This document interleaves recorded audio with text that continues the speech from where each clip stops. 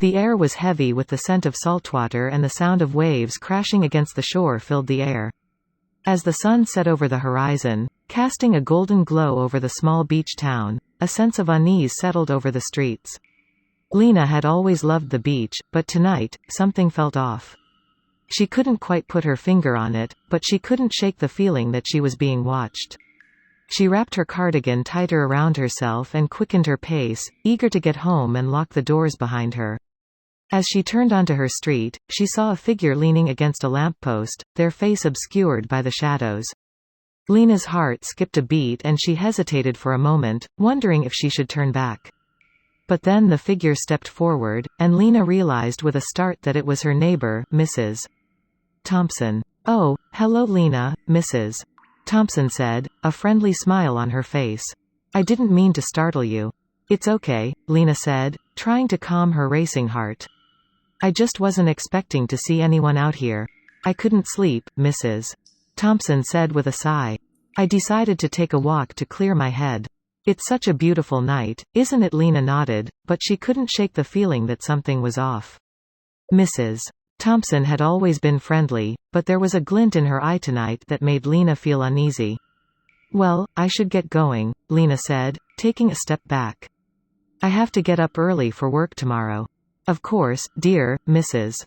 Thompson said, still smiling. "You be careful now." Lena hurried home, locking the door behind her and pulling the curtains shut. She tried to shake off the feeling of unease, telling herself that she was just being paranoid. But as the night wore on, she couldn't shake the feeling that she was being watched.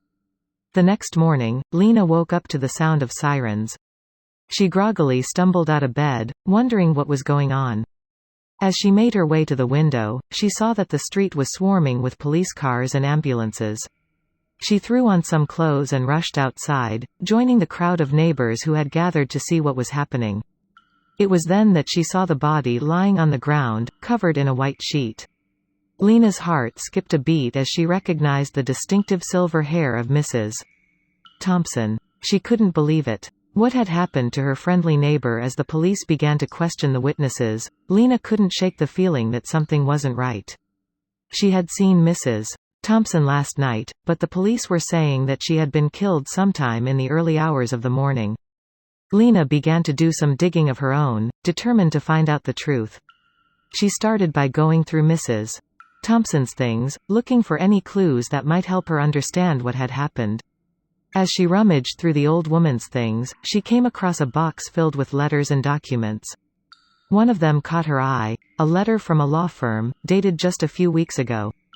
Lena's heart raced as she read through the letter, realizing that Mrs. Thompson had been involved in a legal dispute over a piece of land. But as she continued to dig, Lena realized that there was more to the story.